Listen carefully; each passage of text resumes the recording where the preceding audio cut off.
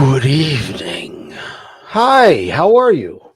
I'm all right. How are you? I'm good. I can't complain. It's been a whirlwind of a week, and not really. I just felt that I needed to say it that way because it really wasn't. But I wanted to feel important, you know. Right, right.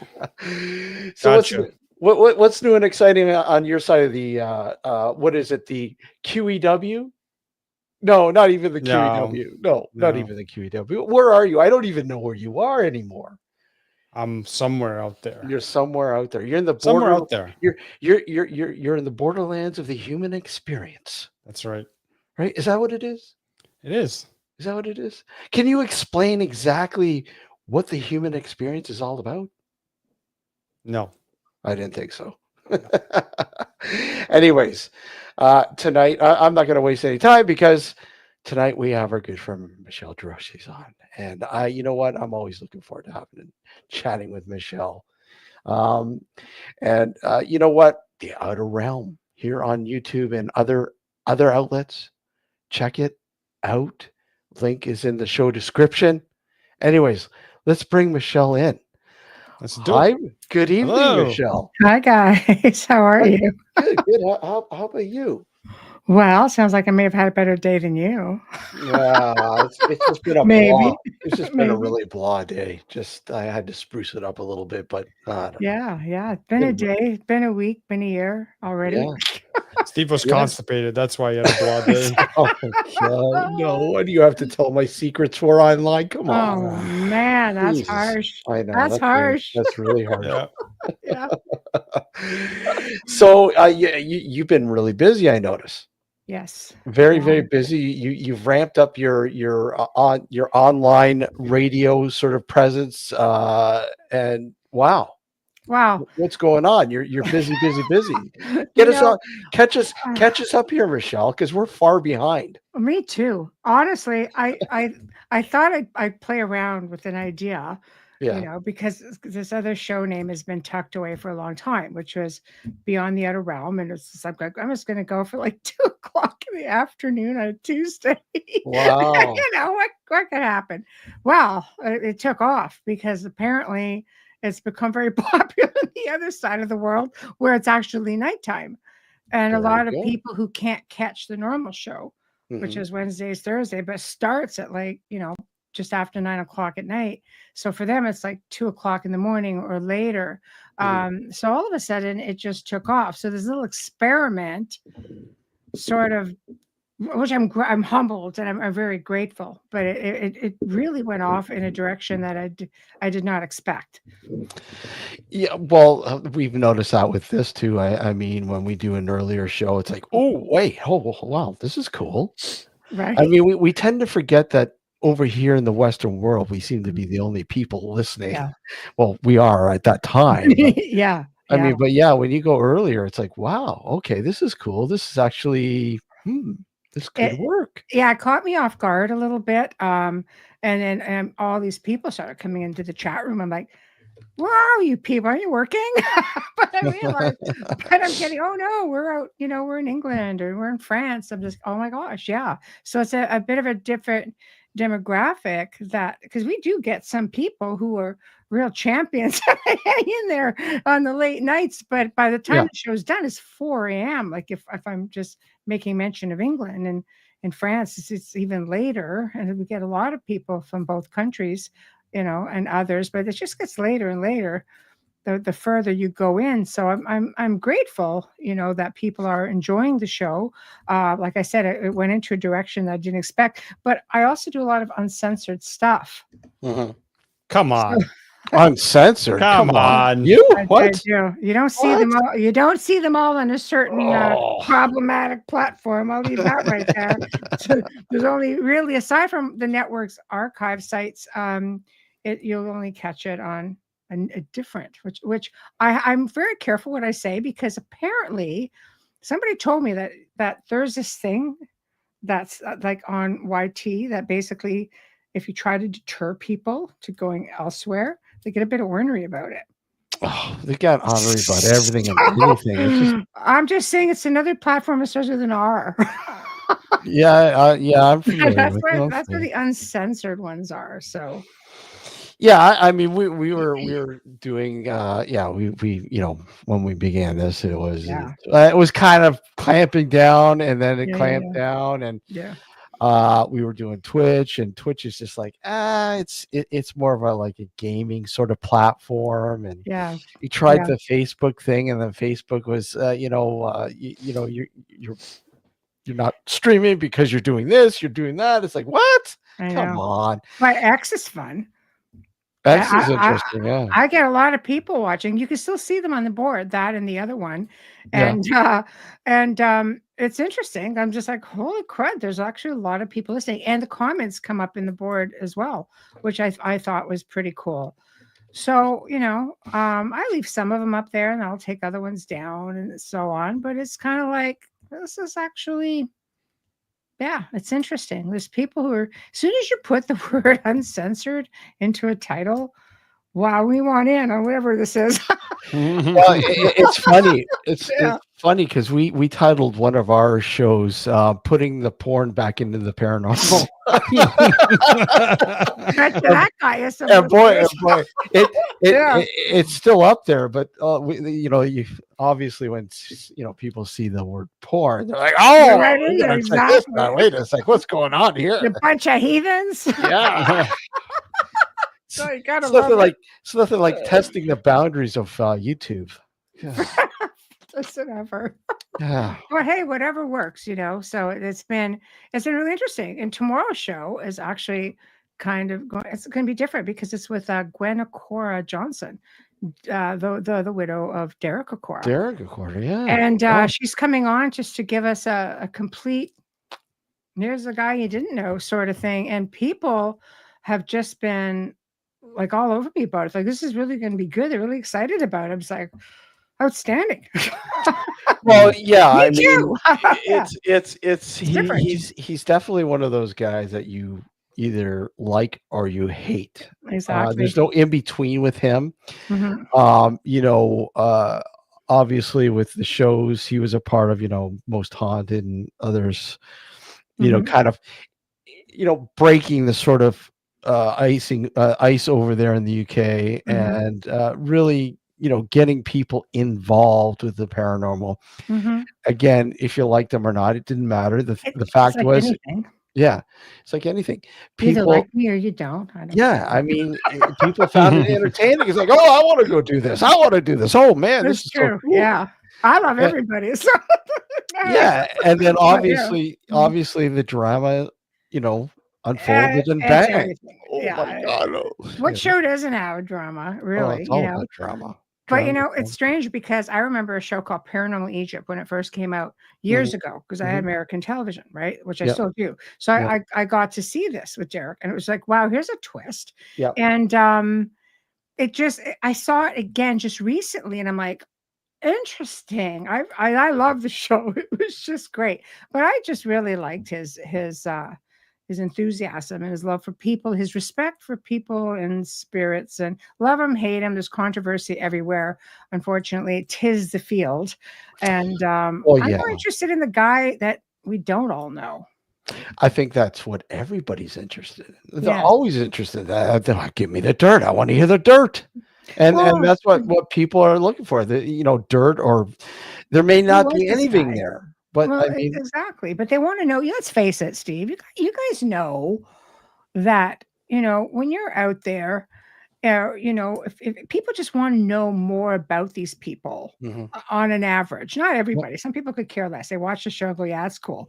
But then you have those who are, they're really, really diligent, watching these shows faithfully week Mhm. after week after Oh week, yeah. Mhm. and they want to know more about these people that they've come to enjoy seeing or not enjoy. I think this guy's a big doofus, but what's his story, Mhm. right? And they want Yeah. to know more about what you don't see.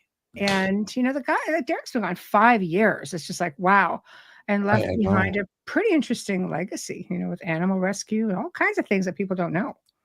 Yeah, I mean, I always equate a lot of the shows Yeah. to when I was a kid, anyways. Or and other people I know Mm. that were so enthralled with, like, say, wrestling. Oh yeah. It's like, Yeah. oh my god, this is so. And if how dare somebody say, well, that's not real. It's all scripted. It's Mhm. entertainment. What? Yeah. No, it's real. I know. Right? Roddy, my Yeah, favorite. Love him. yeah. Yeah. So I Steve mean, just realized it wasn't real last month. yeah, man. I just That's just oh, heartbreaking. years, Yeah, it was years. heartbreaking. Oh my god, I just know. so many years. See, It's it was just tough because I knew people who knew Roddy. Roddy, he was always my favorite. So, but it just made it that much more personal. So now I felt like I had to support him over and above. But yeah, I know where you're going with everything, and, you it's know, absolutely a thing. It's just people yeah. are so enthralled with what they see. Technically, is because you're bringing people into an area that they're a Mm, not. It's not accessible to them, mm, or they wish they could do it, but they can't do it, or they don't mm. have the nerves to do it. They're too Yeah. frightened. All sorts of stuff. Hmm. And here are people in front of, on your TV or whatever, Hmm. social platforms now, YouTube, whatever, Hmm. Hmm. and they're doing that legwork. Hmm. Maybe not showing the full, 7 hours that they're in that location shooting, but they're Hmm. giving you the meat and bones of what happened. But Hmm. yeah, but you want to know the real person. I want to know that. You hear all again. You hear the dirt about all these people and the faking and this and that and everything else. But is it them that's doing the faking, or is it the people, the producers? People just can't decipher the difference. Can you get me started? The whole world for the longest time thought I ran around screaming demon my entire paranormal career. Then they actually talked to me or listened to me going, it was extremely logical and they don't expect it. Mhm. Yeah, that's right. Psychokinesis. So you Mm, hear me scream that more than anything. But yeah. but you get I think people get labeled based on what producers want because they don't realize Mhm. when you're filming there are narratives and the Absolutely. narratives, the quotation, I feel like Dr. Evil, the narrative Mhm. Yeah. is all that matters because it's for ratings, Mhm. right? Yeah, Right. absolutely. So It's look at yeah. we, you look at something like, say Ghost Hunters, the first season, everyone's like, oh man, this is so cool. And they're pretty, I Mhm. guess the scripting was lax. They were going because they were breaking new boundaries here, Yeah. right? And Very. basically the success of the first season, and we're going into the second season, is like, how are we going to top this? We can't keep going into these Mhm. locations and nothing's happening. We have to give them something, and of course that stuff's scripted in, whether they It like it or is. not. They're It getting is. a paycheck. That's all that matters. Mhm. You you don't know have you don't have and I think people need to understand is you don't have creative control no. unless you are funding it. And I know Mm, I mean, I've worked with a lot of producers. I also consult in the creation of mhm, television shows and so on. And I know what I have to work with or what I'm told I can work with. And it makes it really hard. Like people don't realize there are it's the people who buy these shows. It's not even your producers. mhm, There are people at the top in these networks who buy these shows and say, "This is what we want," mhm. and it's up to everybody downhill to make that happen, right? Yeah, I mean, I remember, like I've worked on a few shows as well, but I mean, Yeah, yeah. I want one in particular. I think I'm not going to mention, obviously, but Mm. they wanted a story, and I gave them a story. And you know the the producer gets back to me and she goes, but there's no demons in this. Hmm. I go, "Oh, well, you didn't mention anything about demons. You want demons, you're gonna have to put them in there yourself." Honestly, like, I I'm know. sorry that It's is hard, but lackluster. it's the selling word. Like I I know. would give, because I'm that talking head, Yep. right? In there, Mhm. and like, I would get everything in advance, read it, and because they're giving me a certain amount of time to answer, and I've got like maybe 20 stories. Yeah. Right. So I'm like, okay. And it's like I will give several answers to one question. And then it's like, but it could be this, right? Well, I guess. Can you say it? Well, I don't just gonna top on you're gonna like they piece a producer friend of mine showed me how Yeah. they piece the answers together.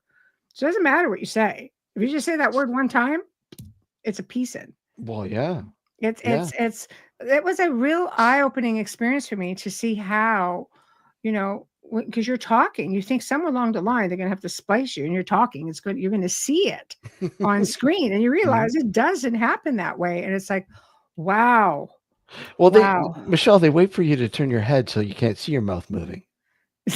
Oh no, are you kidding? I felt like it was Wait, part of the Inquisition. she's Oh, no, becoming like, possessed. I know. It's like, Flop around on the floor and yeah, stuff. Yeah, I know. It's just it gets crazy. It gets crazy, but yeah. absolutely. It's yeah. Tis the world of television, Yeah, and now content creating is so it's the same popular flipping now. thing. It's Yeah. well, yeah, it's the same thing, but a different platform now. Yeah. Yeah. And you know what? It reaches a lot more a lot more people. There's like a larger audience. I Mhm. mean, a lot of these TV shows in the initial running literally are pretty much like Mhm. limited to say the US and maybe Mhm. Canada or whatever else, but Mhm. then the reruns are played over here, played over there, played over there. Syndicated. Yeah. But an internet platform like YouTube or Mhm. whatever else, it's everywhere.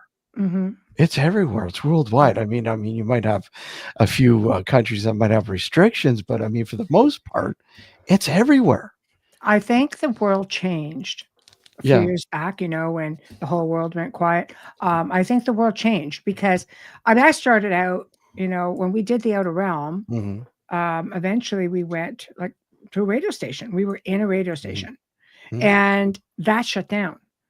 So I started syndicating to UPRN, and Hmm. then I basically just, okay, you know what? Like we want to take it. We're just going to come right over to you.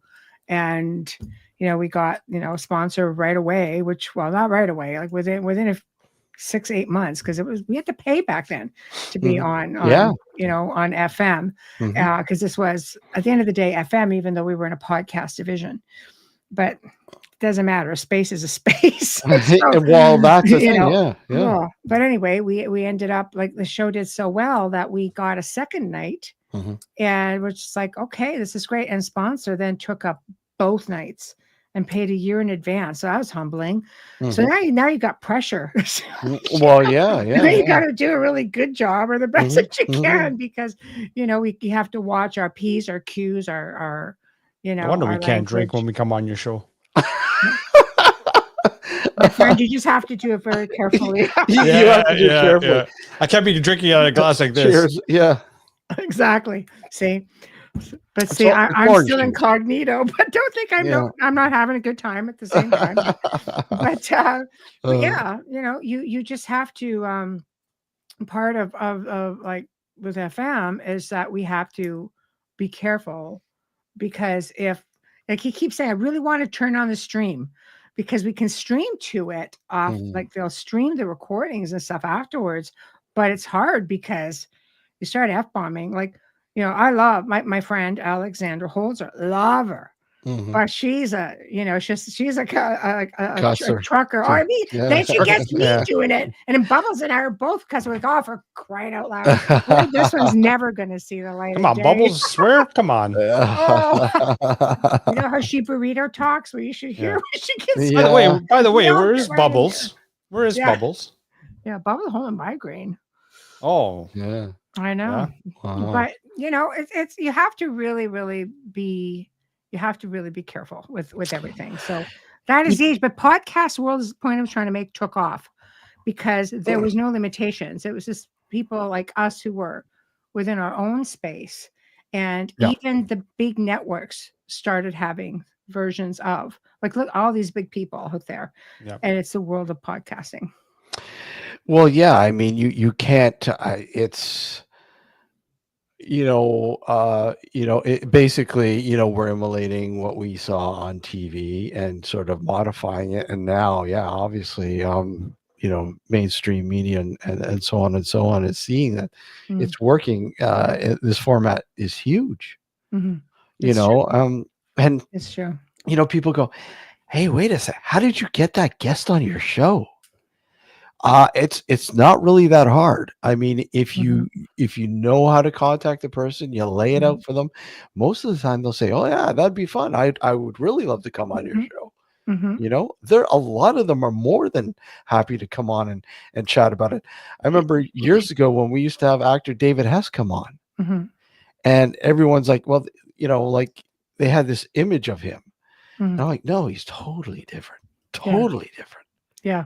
And they got, he came on a couple times and they got to see what he was really like. Mhm, mhm. Here's this guy. He didn't want to talk about his acting career. Yes. He didn't want to talk about that. That wasn't his bread and butter. Well, it was, but it wasn't what he thought was Wasn't making his him. passion. It wasn't his Mhm, passion, you know.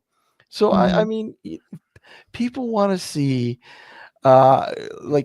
people that come onto these shows, they want you to see what they're really like.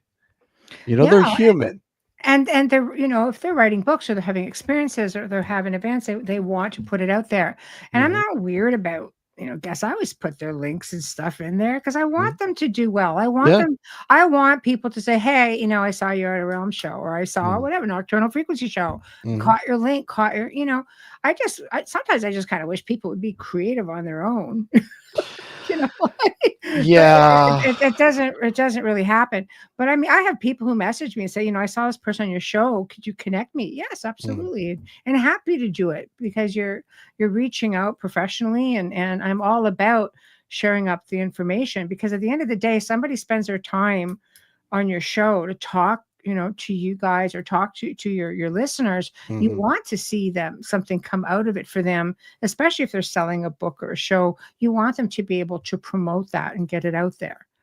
Well, and I am there's many times that I've been really surprised. And I was talking with Alex about this the other night about, some of the people that come in and they listen to the show, but they also interact in a chat or whatever else. Yeah, And you're like, wait a sec, that particular person is behind what?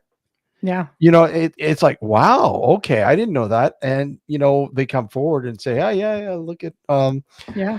wow, yeah, can I come on your show sort I of think thing? Yeah, I the other will. thing that the reason why people tend to lean towards watching shows on YouTube or podcasts and what have you is because it's a more down to earth medium. Yes, Absolutely. Yeah. yeah. There's I no agree. I mean, you look at stuff on TV, by now pretty much everybody knows it's scripted, especially when it comes to the paranormal. But even like other shows are Mhm, trying to portray themselves as real life, are somewhat scripted.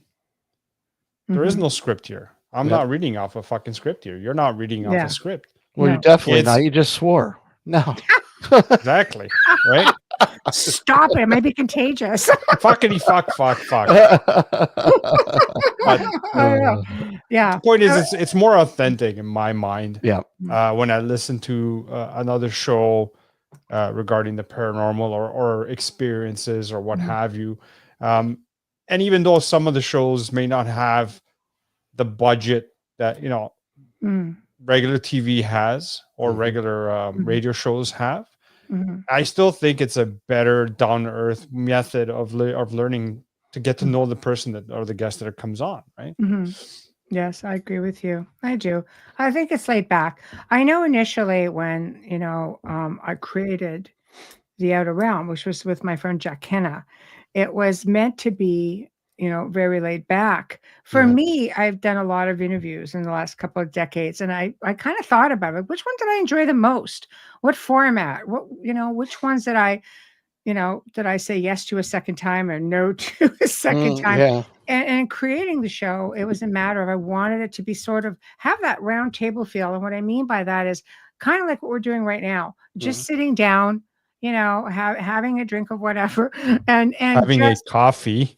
coffee, and Yeah. and just conversing and having a laid back conversation with a few laughs along the way. Yep. That's what I enjoyed, and that's how the Outer Realm was created and why it was created the way it was.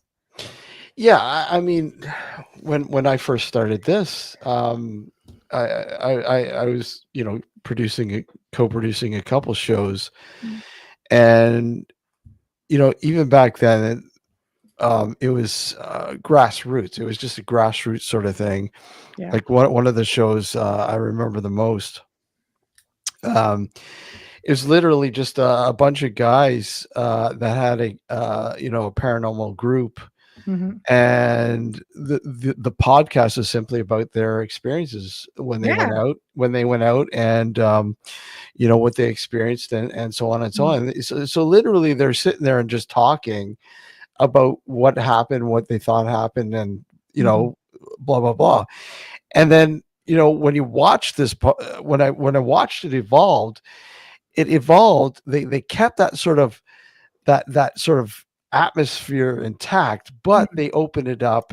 They opened up their little world in starting, involving guests. Mhm. So then all these guests started coming on the show, and it's like, wow, okay, this is a really interesting guest. Mhm. And you know, even though that they started interviewing people, they did keep that grassroots sort of approach intact, but it changed. Yeah. It changed.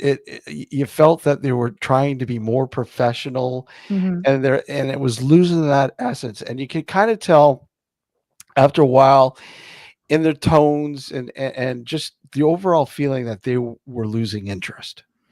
Mm, that's a good And one. Yeah. and I remember talking to one of the guys on the show, and I said, think about why you really started this. Think about how you started it. Think Mhm. about what you guys were doing. Mhm. That has all changed now. And of course, what you're presenting it has changed. Mhm. You're evolving. You're changing as your life's changing. Mhm. And a lot of these shows, like, I mean, when we started this up, that's what I wanted. I wanted just that small grassroots sort of thing, and Mhm. it just evolved, but the one thing that I always enjoyed about this show Mhm. is the round tables. Yes. Mhm. The Yes. round tables, Those are the and best. Yeah. I don't like them to be scripted, because I find that if they're scripted, you don't get the full essence of things. Right. I find if you allow a conversation to morph, it's Mhm. amazing. Some of the perspectives and everything else that come out of the woodwork, it's Mhm. amazing. It really Mhm. is. Yes. Plus all the slurring at the end of the night. Yeah, all the slurring. But you get, I know what you're saying. You get more out of the conversation. Right? Yeah, Absolutely. you do. People, right? It's laid Yeah. back. People feel more relaxed about Mhm. talking to you about pretty much whatever. And if you And feel that's like you're that's having the key. conversation, Yeah. yeah, you're right. It's like you're hanging out with buddies and you're just sitting Yeah. there and interacting and sharing war stories or whatever it Yeah. is. War stories, yeah. We've had Out in a the couple of field. we've had a few guests that have come back after the show, after they did the interview with us, and saying, we didn't realize how chill it was going to be. Yeah. Like Yeah, they they figured it was going to be just like your typical interview with someone you would have like on a radio station or a TV station, where it's like Mhm. to the point, succinct, and no way around that, right? But Mhm. Mhm. with us, it's like, that obviously, Michelle, you've been on the show many times, and Yeah. we've been on your show as well. You Yeah. know how we are. We just, that's it.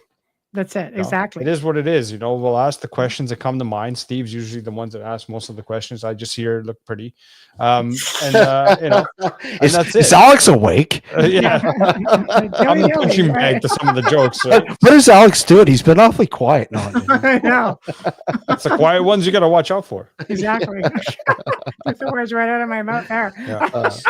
So, but But you I guys mean, are on next week too, which is going to be fun. yeah, It's that's gonna right. spin That's right off right. of tonight. So let's That's see where this right. ends up. Yes. So That's what you're right. saying, Michelle, is that I should use a coffee Yeah. cup. Yeah. Yes, thank you. Okay, Make all right. make sure it doesn't Yes. say Folgers or anything like that, No. What? Like this? though. Always prepared. Always Yeah. prepared. I know. Uh, Yeah. Yes. But yeah, for sure. but yeah, it's And it's easy enough. Like the main objective, though, I think, is with what we cover. Being the paranormal, high strangeness, UFOs, whatever. Yes. The fact is, we're all intrigued and we want to know more. And like the people who watch and listen or whatever else, they're the same thing. So we're just a conduit. We're just basically allowing these people to come on, giving you their perspectives or their opinions. And obviously, it's up to those who are watching and listening if they want to believe it or not. I mean, that's the main objective, is that we're getting the information out. Right. Exactly. And I mean, I like to think that most people, like 99.9%, are smart enough to understand what is real and what's not. Because there are, yeah, yeah, but there are a lot of people out there that, All right, 89.9%. Yeah, some of the guests that we've had on this show, wow, yeah, but I mean, that's, hey, whatever. I mean, I think people media is very influential. And it's hard to say. Like, if you're not in the field or you don't know a lot about the field, and you're hearing things or you're looking at how things are done, it becomes pretty commonplace to believe that this is how things are done. And even if you're going sometimes to live events, any of the live events I would do, aside from like tours, I would even with tours, I would try, when I myself was doing them, I would spend the time to explain to people what to do. When I did the tours out in Toronto, I would be like, okay, look, this is the right way to do things, wrong way to do things. This is not how you think it is when you're watching a TV show, because you are watching maybe 40 minutes out of an hour, out of either an entire night, 48 hours, some places an entire week. Like, you are getting the best of the best, if you're lucky, the best. And even then, you don't know what's fabricated, what's not. You don't know. We just have to. You like to assume again that what you're seeing is legit, but you don't have any escapism. It's a form of escapism. It is. It's sometimes people who don't go. They don't leave like their hometown. They don't leave the home much. And not everybody has, are able to have really active lives, whether it's for financial reasons, health reasons. I've been fortunate. I've been a world traveler for decades, and I've experienced some incredible things. I've had a very, very, very good life. And I try to share so much of that with people, with respects to the things that I've experienced, because I just think that it's wonderful. And sometimes it's just a little experience, but I get more excited about the fact that I have stayed in places throughout the world. I remember being in Romania one morning. It's like 7 a.m, and right in my ear I got really loud. Almost gave me a freaking stroke. Aside from the fact it was 7. Why are we laughing? That could have been horrible. Come on. 7 freaking a.m. Like, what the hell is that about? Right. So, but no, it was. I was like, I wake up and I'm looking at my friend Melissa. I'm like, she's out cold. I got to take a freight train to wake this girl up. So I'm like, I know it's not Melissa. So now I'm looking around going, okay, because it was right there. But to me, it's something small. I'm just asleep, and I'm woken up that way, and I could feel a presence around me at the time. I'm going, wow, that was pretty cool. Because first off, it's in freaking Romania, and it's near the Carpathians, not far from Bran Castle. You mean my castle? But I mean, that's why you were there, right? I mean, you were there for that stuff. I was in a villa. Off the beaten path somewhere. But I mean, okay, it's Romania. It could be anything, anywhere off the beaten. Yes, even 7 a.m. What kind of freaking vampire gets up at 7 goddamn a.m.? I'm just saying. Just kidding. But whatever it was. Maybe it was one of those guys who got impaled and was trying to get something. Wake up. Yeah, but it's it wakes you up because it's like they know your name. Yeah, that's insane. That's insane. That's Right. yeah, waking. I Big thank you to Michael for subbing to the channel, by the way. Thank you. yes, Didn't want to let that go on. yeah. Yeah. I remember one time being in an old abandoned farmhouse. Alex, you know the farmhouse, Yeah. Yeah. and Yeah. I remember walking down the stairs, and then all of a sudden, I heard Steve. See, why do they always have to whisper it too? That's I what I I'm want to like, know. oh, and I look up, I look down, and I Mm. call it to who no, I didn't call you. What? Okay, and the weirdest thing is, I was able to capture it on audio. Yes. I'm like, holy crap! How do they know? Is it because I've been here several times? Well, you have a You rapport, know? right? Yeah. Well, So that's an awfully strange rapport. yeah, but they You know? know you. I think Yeah. like trying to mind ninja you. We know you. We know who you are. We know where you live. Yeah. I've I always said that followed you home. when I die, I'm gonna haunt the shit out of people I know. Great. How do you know Can't you're wait. not already are? Michelle, you better hope you don't die before me, or that I don't die before you, rather. I'll be waiting. All right. I'm She'll be not. I'm waiting. not overly skittish, so bring it, baby. I'll wake you up. I'll wake you up at night saying, Michelle. I can handle the night. It's the mornings. And you're going to be like this in the morning. God, it's 7 a.m. I don't want to do this haunt thing. Yeah. How come I can't see? Alex, take the cucumbers off your eyes. Yeah.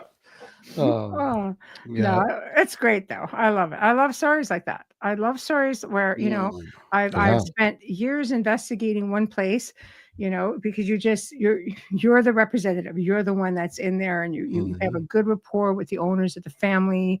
And they're like, yeah, I just come in. They don't want to get rid of their spirit people. They just want to learn more about them. And those are fun because you can do things like that, just set up equipment, test equipment.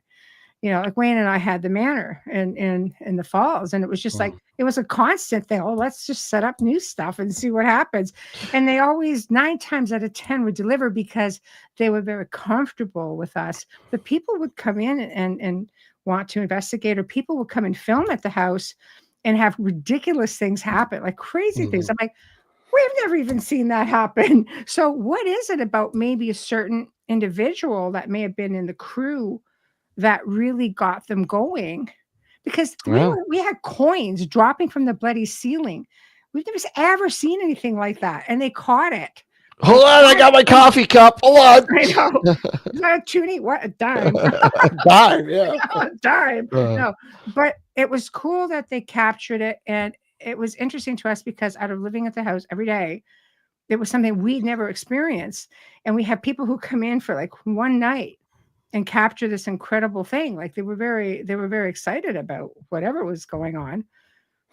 yeah, it's it's really weird how it plays out. You could be investigating and researching a location for several years, and you have all these subtleties happen, and all of a sudden somebody new comes in. One time you're in there, and yeah, some major stuff. Yeah. What? I Yeah. mean, like Alex with the Spruce Lane, and getting sick.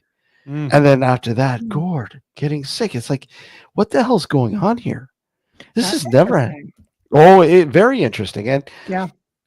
another friend of ours, a good friend of ours, came in with his tri-field, and he was testing out the one area, and it was going ballistic, and there was nothing there that would set off the tri-field.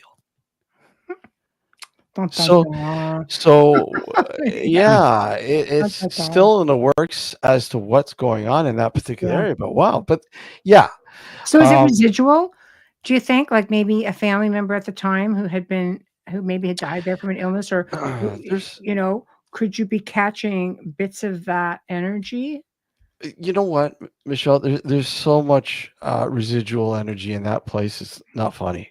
I mean, Yeah. there's just so much of it, and Well, it's if it's the made it. one that we've talked about before, a friend of mine It is, yeah. was friends with the family. They grew up around, like the There family you were go. friends. So she's just like, oh, I go visit now at my family, her kids, because she's a mom. She goes, because the family's still around, like Yeah. like the So she goes, yeah. She goes, we love to go back and when they do just their normal events, and she said it was always a very interesting place. I'm like, how did you find interesting? But she gets skittish about stuff like that. She goes, I'm not talking. Well, it's Right. it's Yeah. and people will go, well, why do you keep going there? Well, because I want to know more about it. It's Yeah. like it's peering into what I'm looking at, Hmm. wanting to know more about what's going on in the paranormal. Yeah. I mean, and what better way than constantly doing research in one location Hmm. over several years. Yeah. You really learn a lot, and people don't realize that. You really do learn a lot just Hmm. from one location. You do, and you build a rapport, I Yeah. think, with if there's spirit individuals there, they begin to trust you and Mhm. they will interact with you, Yep. right? Should we do a seance there? Okay, that'd be fun. Mm. I mean, anything's possible. I mean, Should I say that out loud? yeah. Yeah. I mean, anything's possible. Michelle, you're invited. Woohoo! Yeah. Want me to bring like toys or equipment and stuff? Listen to this. I've brought toys in. Mhm, I've had my nieces in there, mhm, recorded my nieces while they were playing with the toys mhm, there, mhm, and I used the audio that I captured uh, with them playing with the toys and so on mhm, and so on, and used it as a trigger mm, in an investigation. mhm, And it's mhm. intriguing how things played out. Again, I Well, mean, anything is possible, and like I said, mhm. you got to try anything. But yeah, that's a whole different. But I, you know I what? like that. Huh? I like that. That's very creative. It is, and I have to thank Michael Esposito for that. Yeah. I'm telling you, that guy's just something else when it comes to audio. Mhm, But speaking of that, and kind of get started into it, anyways, is like let's talk about some local strangeness. yeah, we're gonna Some talk to tonight for your people, and I think just jump in, yeah, for our local look. people next week because there's lots. Yeah, there's lots of crazy stuff. I mean, I obviously I've been here in this area for 21 years now. Yes.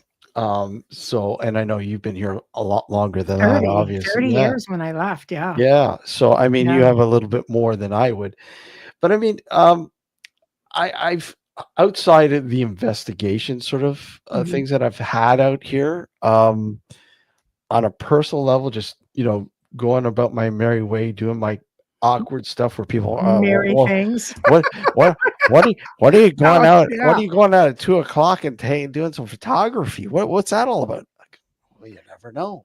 You never know. Yeah, Like, I mean, because the city is when I say, like, I believe everything's alive. I do. Like, mhm, every area's got its thing. But there's just something about this city that mhm, it's just it's heightened in some way. I don't know if it's because where we're situated around the lake. I don't know. Like I don't know what the thing is. We have our own UFO lookout. We've got everybody congregates because they can see the lake perfectly and catch mhm, all kinds of things. So it's been dubbed that. I didn't live far from that. I lived a street over. mhm, Like westward, and it was sort of like the things that were happening. It's not even my own. It wasn't all of my own experiences. I've had like friends of the family come with experiences. yeah, I've had my kids growing up telling me things, and I'm going, the heck? Like, we built this house, and mhm, okay, yeah, the land could be something. There could be stuff on the land. There was stuff close by. There were a lot of farms in the area at one time. Um, but I was surrounded by a ravine. We'd have the RBGs and super far, so there's a lot of land there as well. But I mean, I've had like my daughter one time saying, I looked outside, there was something red eyes looking back at me. It was very tall, just standing back there. And I'm just like, what? But of course, they tell me this 10 years later. I'm like, well, what do you want me to run it now? It would be nice to know when when it was happening, and then we had whoa, Alex, happy belated. How we missed that. yeah. we had a nice birthday stream for Alex there Yeah. the other day. Wow. I don't Thank get you. online very much, but yeah. But there's a lot of I've had a lot of experiences that were things I did not expect. You know, I've had quite a few out here too. A lot of them where I used to live, but I always what's always intrigued me about this whole thing has been, again, when you say off the beaten track, Mhm. you have your you have your area of things that happen that are strange, that are kind of like, I hate to coin it the mainstream, if you will, Yes. but I've always been intrigued by things that are hiding in the shadows. And I'm not saying, ghosts or whatever else, but just, Alex. yeah, weird things Yep. Yeah. that, anybody would never ever think would ever Right. happen. Right. And Right. like I said, I remember, and I've brought this up a million times, but the one day when I was walking home from work and I encountered this strange creature that I couldn't, make heads or tails about. Mm-hmm. To this day, it's like, what did I experience? It just doesn't, like, things like that. Yes. You know, Yes. it just doesn't make sense. Yes.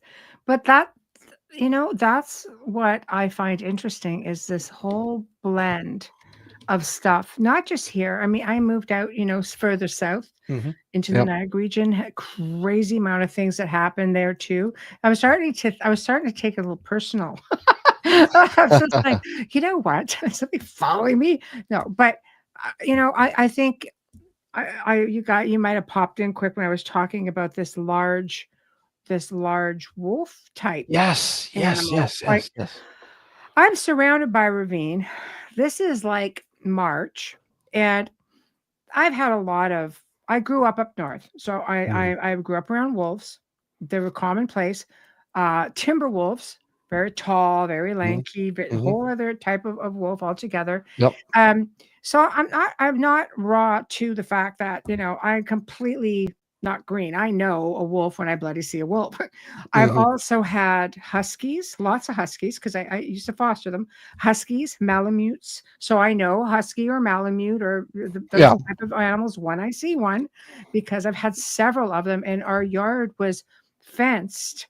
Because huskies are runners. Everybody knows a husky will Mhm. run to freaking Timbuktu if you let it. Like they run.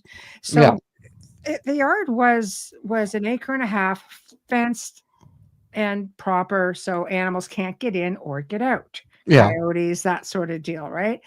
So middle of the day, I'm sitting there. The back of the house is all windows.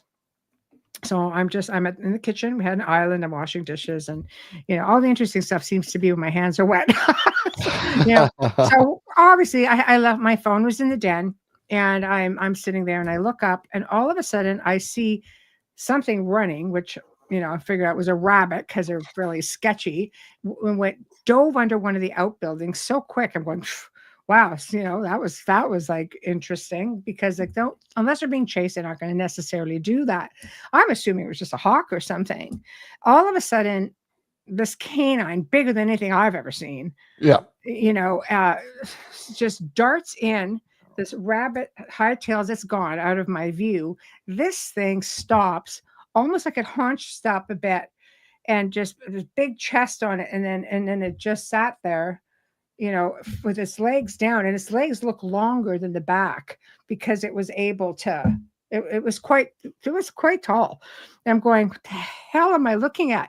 How tall are we? How tall roughly? Well, I mean, it's sitting. It's like a dog. It's Oh, just, yeah, yeah, yeah. so I mean, it's sitting, but its legs just seem a bit longer Okay. because it just sat up pretty high. So I don't Mhm. know. I could probably dig out some pictures, but I think I showed them on the show to show how far back from the property it was beyond the fence line.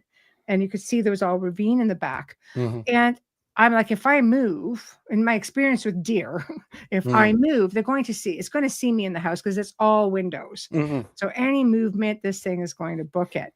But at first I thought, it's gotta be a dog because it was white and it Mhm. had a bit of black, a bit of brown, tan. I'm like, it's gotta be some big crazy looking Malamute or something. Yeah. But it was too big. It was just too big. And I'm like, okay.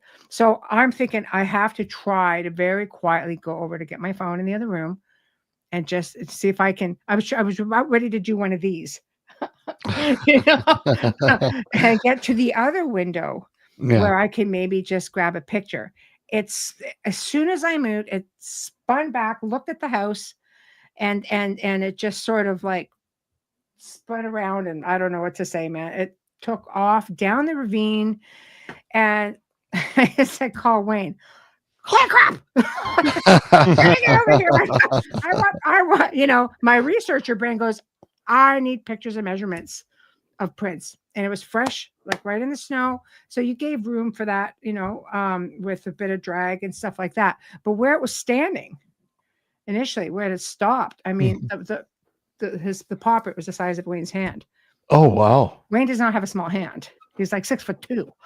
He doesn't have little hands, right? So it was crazy, and yeah, I don't know, but I'd never seen it before. I'd never seen it since, and all I know is this. You know, people are like, oh, it was a dire wolf. I'm like, it was so big around and so like it was so full. It had this huge chest on it. You know, I had if it stood up and walked away, I'd have been like, okay, right there. But it didn't do that. But it really sat erect enough where I could see like the length of the paws, like the arms. Yeah. It did not like it, huskies and wolves. They don't have these long legs unless they're all long. Like a timber wolf will, you know, will come up. People don't realize if you're in a truck, it'll come up and look right over the hood of your truck. Because I've been there and I've seen it. Yeah. Right. But and other wolves, like the gray wolves or the brown wolves, they're like short little legs, like a husky. This thing, it seemed out of proportion a little bit to me. And it was big. It's just bigger than anything I've encountered. Yeah, I mean, like my encounter was not like that. I mean, what I saw wasn't big and husky. This thing was lanky and tall. Well, different. I've seen those too. Yeah, lanky and tall, and this thing stood up on its hind legs for a good 10 minutes. Yeah, Right. I've seen those too. You know, and I'm telling you, I'm like, okay, you know, I'm just standing there going, okay, and it's like it's like a standoff. Okay, who's gonna move first? It's gonna have to move first because I'm not moving. No. You know, I'm not moving. I'm just sitting back and going, Yeah. trying to absorb what my brain is experiencing because it's just not jiving. You know? Yeah. To me, I would think timber wolf right off the bat because I've seen long, lanky timber wolf. Like they're not big, thick dogs. Yeah. But around our place in Niagara, was Wayne saw one night, and they lope when they run. They don't. It's not normal when they run. It's that they lope, and there's been stories of them, you know, walking. You know, where a friend of ours saw this one just like that, and they got these long snouts on them, and then it disappeared. You know, he said he felt uncomfortable, and he sort of drove up to where the stop sign was, and this thing walked. It was a man. What it was, I think it was a tall man, and it disappeared behind a light post. And when he looked over, it was this big, lanky, freaking animal, tall, lanky. There's nobody else there. It's like 5 o'clock in the morning. So it's not like you have a mirage of people, a myriad of people that you could say, oh, it must have been this guy or it must have been that guy. There was like nobody. And that was right down by the river near the train station. That's crazy. Yeah.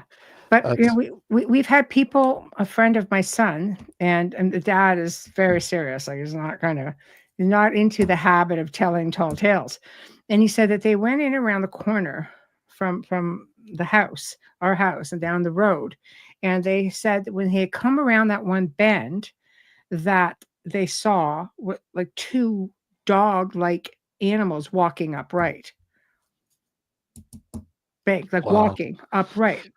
Across That's what the I mean. road. And I mean, we all know canines can't do that. No. Exactly. That was it was uncomfortable to think that it was that close to my home.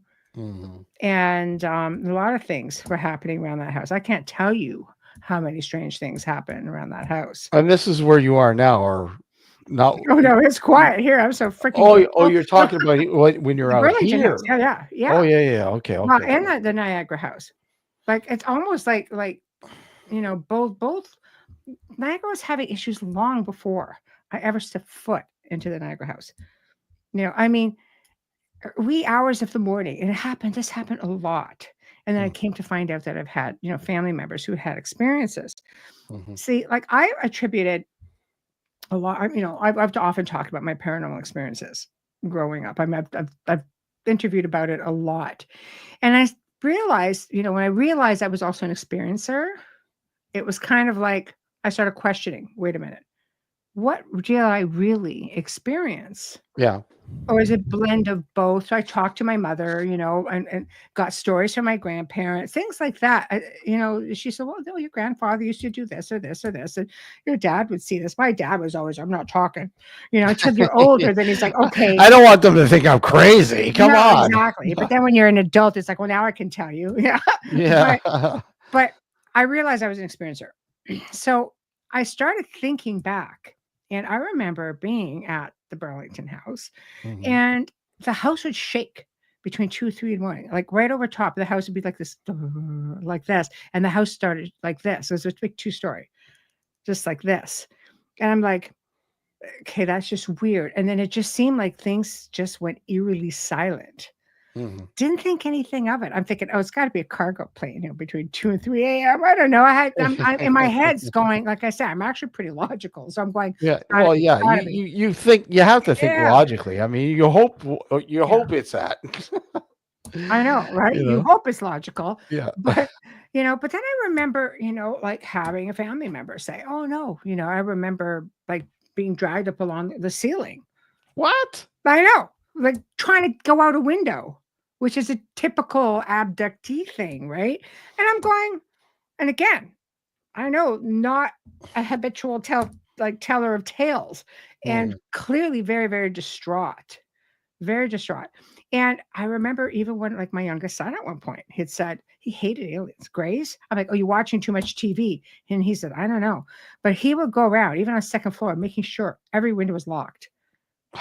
Like, hated Grace, hated them. So, now knowing what I know, I'm like, well, crap, maybe something was kind of coming into the house at that point. And, me now feeling like this horrific parent. How did I not know? Because they didn't tell me at the time. But I should have realized I've got this child who's got a complete fear of this, but I wasn't even researching the paranormal at that point. I was just able to see things and experience things, and they could see things, and just kind of attributed it to nothing more than an ability, not an actual event. Insane. We're going to take a halfway break here, but when we come back, more of this crazy high strangeness, local or not. It's let's face it, people. There's a lot of weird stuff going on, and I'm sure a lot of you out there who are watching and listening, either here on YouTube or New Visions Radio Network, you have an experience that you want to share with us. I bet you do. We want to hear it. Time to come out of the closet, people. Yeah, time to come. Yeah, exactly. So hold tight. We'll be right back. You're listening to the show here on the New Visions Radio Network, and of course, simulcasting on our YouTube channel. We're here with our good friend Michelle Desrochers. Don't go anywhere. We will be right back.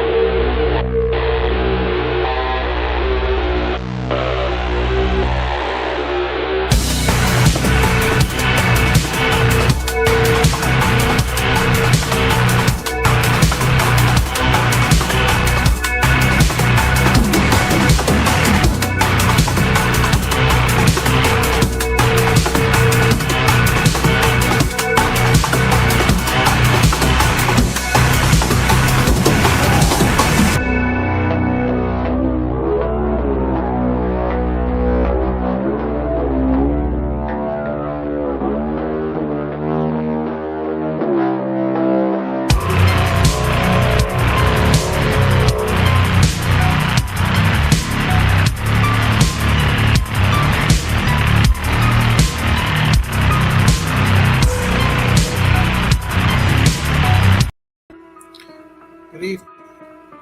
I'm Richard Palmisano, the founder of the Searcher Group. It's a paranormal company, the oldest in Canada, founded in 1979, which not only makes me old, but makes me doing paranormal research and field work for just under 45 years now. I am also an author, researcher, and lecturer on the paranormal. I've written 6 books now, and I really enjoy coming on with Steve and Alex on Nocturnal Frequency Radio, as well as listening to the shows, because there's a lot of interesting guests there. I like it, looking at this stuff, because it opens your mind to other options and other alternative thoughts. And, there's always time to learn new things. So I hope you join us and come and see Nocturnal Frequency Radio. Thank you. So let me ask you, what makes for good radio? My 5 favorite songs all day long. Play it again. No. As many commercials as physically possible. What? No, why would that be good? Great music, great talk shows, no commercials. Precisely. New Visions Radio gives you no commercials, no nonsense, just the best new music and the best talk all day long, 24/7, 365. NewVisionsRadio.com. Hey guys, Kristen here, host of the Paranormal Girl podcast, a bingeable exploration and deep dive education about the paranormal for the skeptical believer. Some of my past season topics have included shadow people, Mandela effect, demons, and UFOs. Currently, I am tackling Bigfoot. I have been sharing this journey with my audience since early 2021, and I have learned a lot these last few years. It's truly a mysterious world out there beyond our perceptions, and reality is just not what it seems. I have also, since the start, met some awesome folks like Alex and Steve, and I've really enjoyed watching and learning from them and also joining them on their show. Their guests are always outstanding, their listeners are just the coolest, and these hosts are some of my favorite people. I recommend their show to anyone looking for an intelligent and fun conversation about the paranormal amongst friends. So join me on my investigation, join Steve and Alex on theirs, and enjoy. Now back to the show. You are watching Nocturnal Frequency Radio. And that you are. Thank you for tuning in or watching us on YouTube. Alex, we seriously have to update that. That's it's getting pretty old now, man. I think maybe we should. Hey, Michelle, would you like to be a part of that? Sure. What do you want me to do? Want me to do a whole little video? Yeah. 2 of my bestest friends in the world. 2 greatest guys. Bestest show. Yeah. Yeah. No, I would do something a little bit more professional. I was really worried going. Join us as we have a cup of coffee and Yeah. Hey, Elite Gamer, how are you? So what has been like literally the strangest thing that's ever happened to you? That like I mean I could banter off a whole bunch, but what's one of the strangest?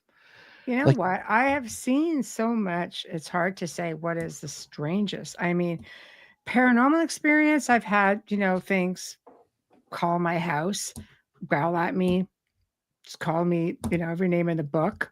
Mm-hmm. First time it ever happened, it was a bit caught me off guard because something came on, growled at me, this long drawn out growl. And realistically, I was just on the phone with the woman from this crazy haunted house. And she said, I just have to run down and the postmaster's coming. I just want to give him this letter, right, to make sure it gets out. I heard her go down the stairs. I'm going, okay, she's going down the stairs. And all of a sudden I feel like somebody's playing with the phone. So do I really know? No. As far as I knew, she was by herself.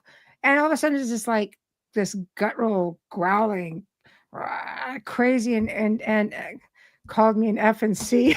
The best I could come up with was like, "You're a freaking party mouth." That's the best I could do because I was so like, what am I supposed to say? That's the best I could do is come out and say, "You're a freaking party mouth." What is that? And then things went quiet and it was this low gut roll. But the thing that got me is that there were 2 dogs Mhm. in the room. Yeah. And they were uncontrollable. The Really? barking, and she came running back up. I could hear her talking outside to I guess the postal guy. And then she came running up. She goes, "What is up?" She's like, she goes, "What is up with you guys?" Like, she didn't see anything, couldn't hear anything. And the dogs calmed down. And she just got on the phone like, "I got nothing." I cannot even freaking explain like rationally what the heck just happened to me. But I mean, there's been other experiences, where I've had like before falling asleep one night, having a gray right beside me in the house, like right. I'm just looking at after the shot of light just shot through the room, bounced back out, and then I'm just laying there. I'm just like, the hell, what was that? So I'm wide awake at this point, and then I look over and there's this gray about 4 feet high, and I just Wow. I just looked, I just went, nope. Hell would touch it. I just went Man. the other way, and that was it. And about 10 minutes later, you can't help but look back, Yeah. right? So, but I gave it 10 minutes because I just tried to act completely uninterested because I really did not want to go there. I've never freaking seen anything like that in my freaking life in person. Yeah. So I'm a bit unnerved, and I look, and it was gone. I'm like, I was like, holy shit, that was a gray. The major delayed reaction, but it was something, and I'm wide awake. So again, rational is, I'm trying to be rational about it, but I am awake. It's not like I was coming out of a sleep, not like I was falling asleep. I mean, I am full on awake because I hadn't been to sleep yet. Yeah. So I don't know, it is what it is, I suppose. But that is insane. That's being at this old lodge in Muskoka, investigating it, and something was running at us, and I could hear picking up speed, and instinctively I'm like, get out of the way. It doesn't sound good at all. So I move out of the way like this, and something landed or gave the illusion of landing beside me and hit the ground. And this is an old decrepit lodge, and all this dirt from the floor went, and I'm just like, honestly, I can't tell you how many times I've almost stroked out in some of the investigations I have done. So thank God those are few and far between, because I don't know. So it's that's I don't even think I could project something that good. So, I don't. Yeah, that is creepy, but it's weird. I mean, I've had some really weird stuff happen, but I don't know if I think I kind of mentioned it to you in your chat during that show that you were talking about. Your that canine sort of Thingy. whatever thingy. Yeah. And and you're talking about like kind of local legends and high strangeness and stuff. And there's one place I remember reading somewhere. I think it was a long time ago. I think it was Strangelands. Do you remember Strangelands? Strangelands.com, I believe. And what they did was they would collect stories, and they would section them off in cities and countries and so on and so on. And I remember looking at the thing for Burlington, Ontario, and I remember seeing this thing about Ciderbane. I think is Ciderbane. It's a Latvian recreational center for kids and stuff. And I remember reading, I think somebody posted, I think Shadowlands is down, but this is what I remember. Hold on. About being like some sort of cult or satanic temple that's housed in there. But I know there's a really old cemetery in there as well.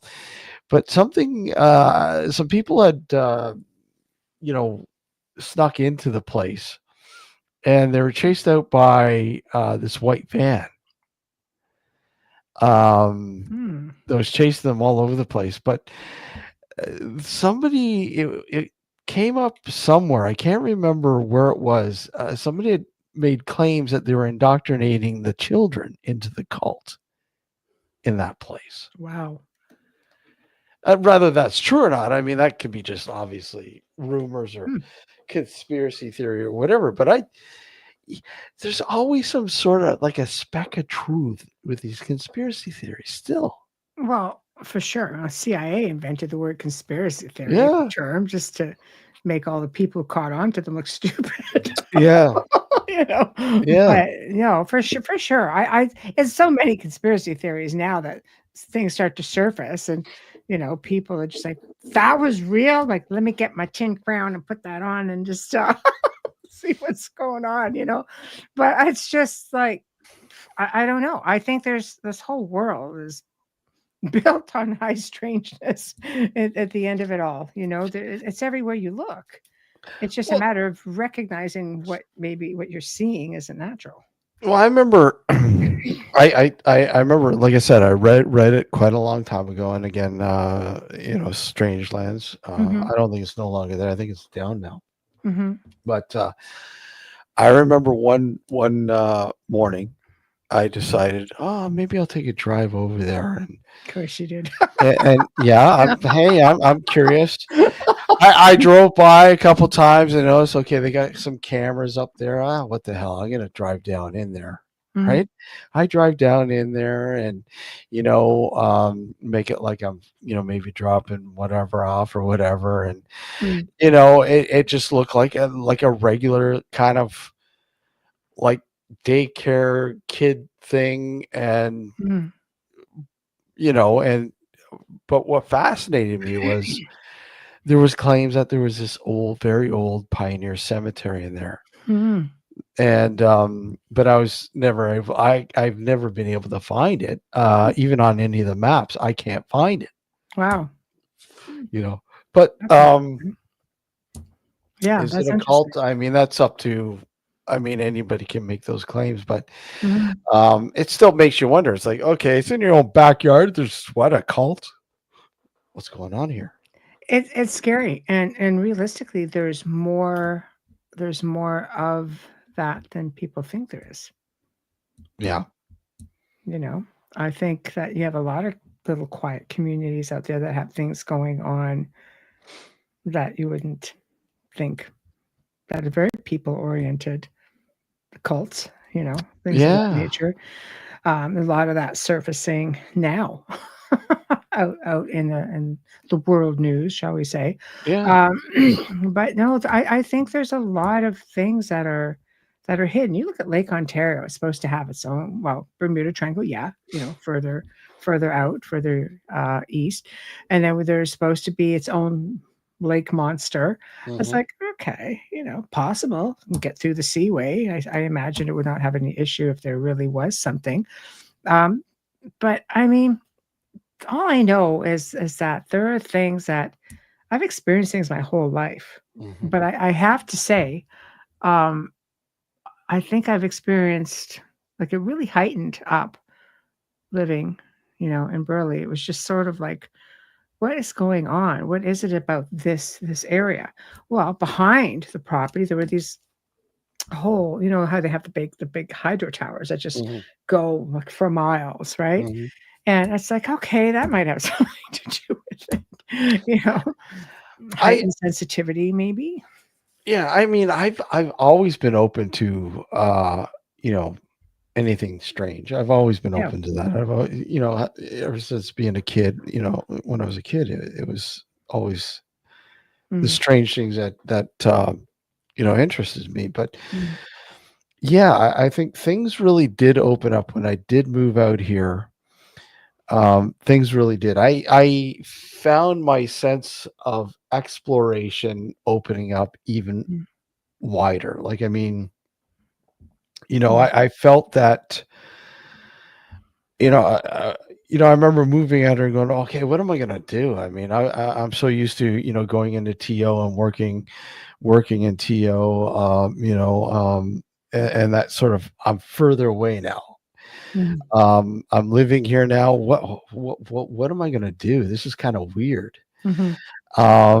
And then I started absorbing certain things about Burlington, like just Mm. really weird things. Because I mean, Burlington has a lot of weird, Mm. haunted, supposedly haunted places, and Mhm. and so on and so on. But I just what I just let myself absorb into Mm. the atmosphere. I went into areas of Burlington that I don't, it's kind of like, are you familiar with randonauting?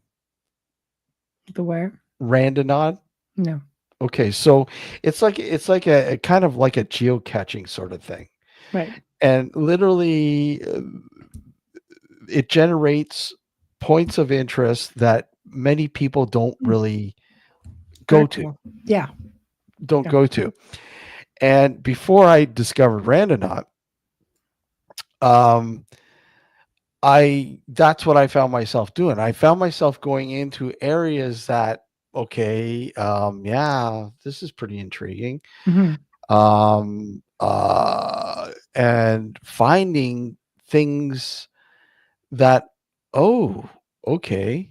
Like I remember first moving out here, and I went for a hike along Mhm. Bronte River, and I Mm. remember before I went down the trail on the other side, I remember finding this old house that had been abandoned for years, Mm. and Very going, wow, interesting. this is pretty intriguing. Mhm. And I mean, I still have pictures of it somewhere, now since gone, but Mhm. um, just something about that house. And I know, yeah, sure, it was abandoned, but just something about it. Mhm. It's like, you know, most people would say, it's just an abandoned house, but my school of thought was, I want to know what happened here.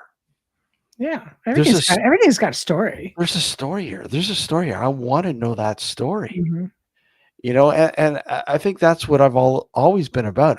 You look at a person, you look at a location, and yeah, you see something, but the thing is, I want to know more. I just Mm. don't, sure you have a name or it has a name or whatever, but I want to Mhm. know what's behind that name.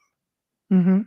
And a Mhm. lot of people just are happy just to hey, hi, and that's it. Bye. Yeah. Everything's Right? got a story. If you have a haunting somewhere, this is what I used to do a lot of kids programs. Hmm. Um, when I worked a location in Toronto. And the first thing I would start out with was, do you like history? Do you like science? Do you like, are you a curious type? Because Yeah. you have to understand the history of a location, understand why it might be haunted. You would have to know about the people who may have lived there or what was on the land before. And, and if you're interested in using any sort of equipment, I mean, I call them more tools of the trade, not necessarily scientific. You're not bringing a laboratory out there, but to explain it in layman's terms to the kids, it's like, you should have a little bit of a healthy interest in science to sort of, look at devices that might be able to help you understand some of the things that you're experiencing, things of that nature. And Mhm. it gave them a good perspective of what was expected. So I would give them the story of this location, and then it would be like, okay, now let's go out and see what you're feeling and what you're experiencing. And kids are like little sponges and magnets, so Yeah. everything gravitates to them. And some of them were having, of course, you always have, like the teller of tall tales in every group, but then you've got those who are really experiencing something.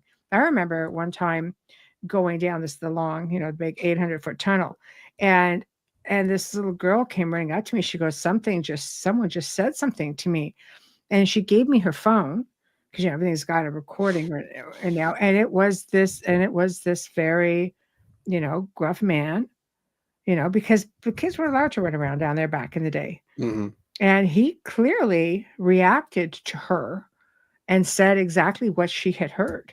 Wow. So it's fascinating, but that's the part I love the most about researching or looking into some of these locations is what is the backstory. Absolutely. I mean, hey, Tails, how are you? Why do you think it is that there, are certain people who everything seems to happen to them in terms of experiencing these weird things? I know Mm. I've had a lot of weird things happen throughout my life, and Mhm. people will go, "What the hell, man? What, like, seriously, Mhm. what?" Yes. Why do you think that is? Is it just maybe because I'm open, or you might be open, or Alex might be open? Alex is a different Alex is story, but Alex. Yeah. yeah. Yeah. But I mean, Yeah. why do you think that is? I mean, why do you think that is, that there are certain people that have had like a plethora of things happen, Mm. just strange and unusual things, where others are like, Begging wow, for it and never begging for it. experience Yeah, it.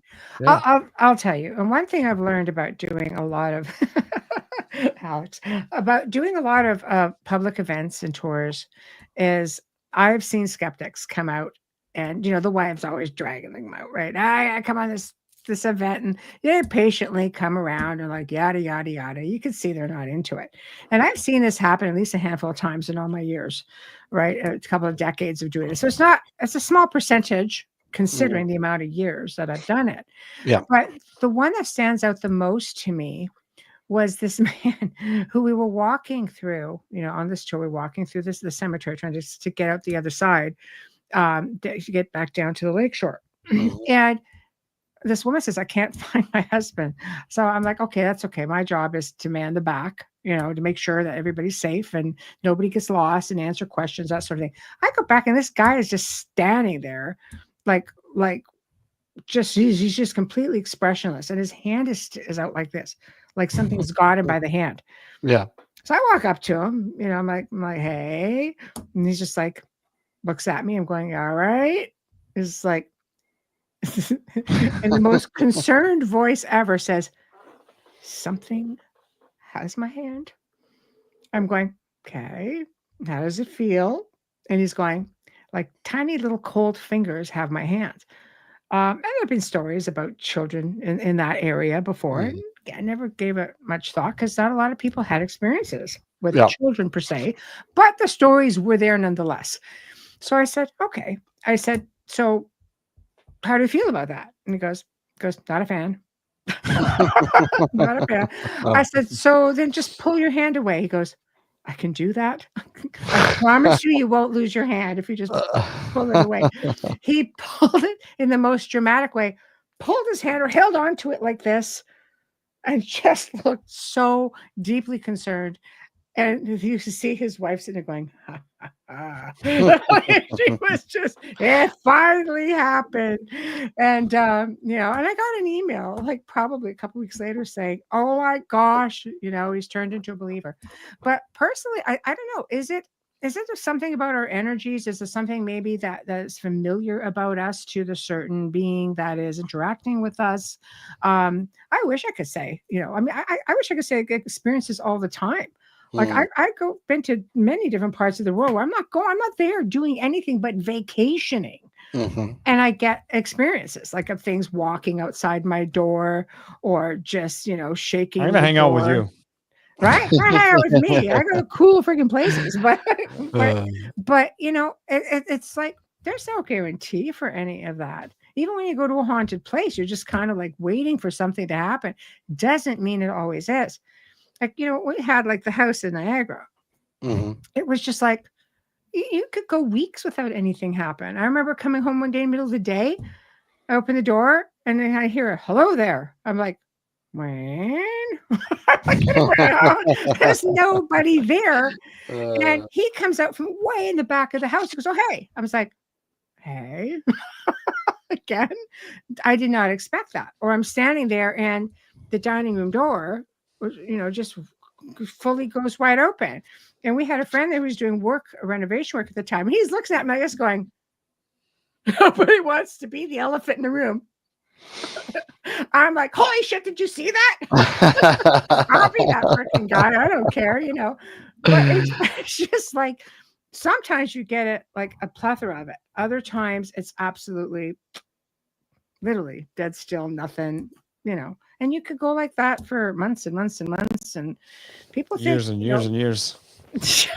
Poor Alex. Poor It, Alex. it would knock you in the side of the head. You still wouldn't realize it. Yeah. Yeah, you gotta at least try.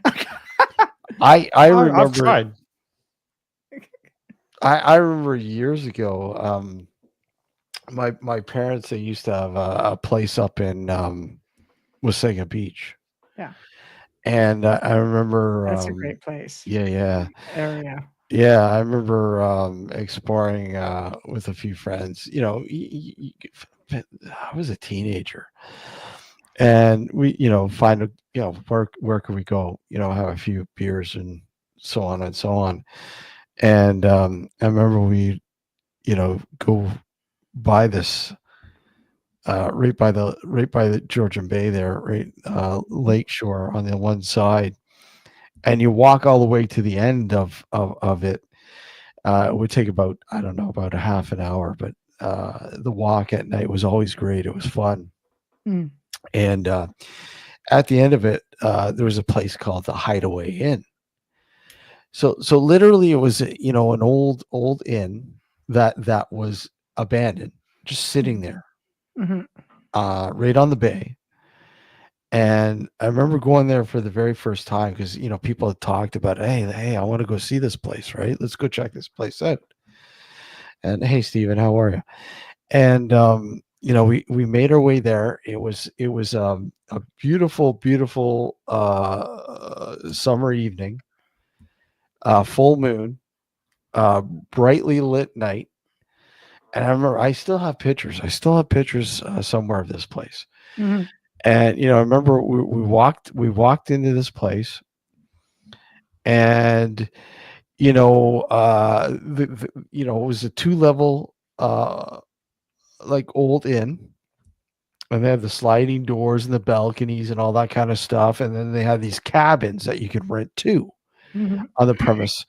And they were all I'm sure there might have been some transients in there, whatever, you never know. But I remember going to the motel part because it was white, so you could see it. It was very present in the dark, and again, it was lit pretty well because of the moon.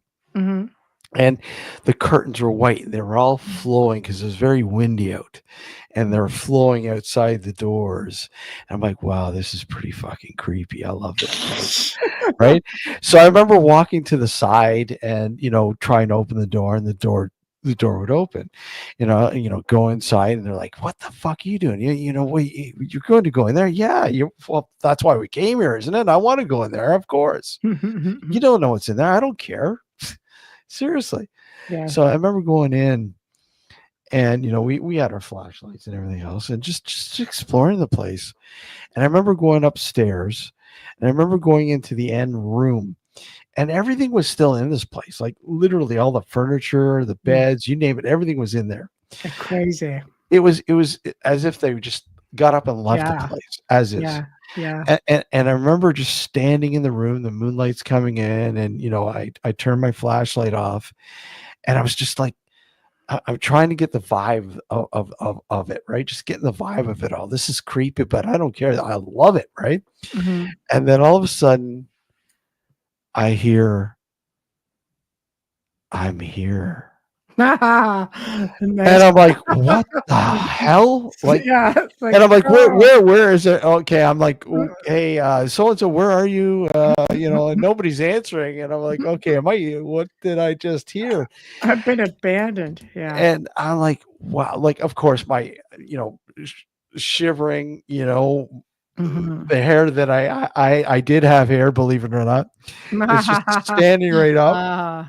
And I'm like, oh, this is insane. It was just like such a huge high. It's like, wow, this is really happening.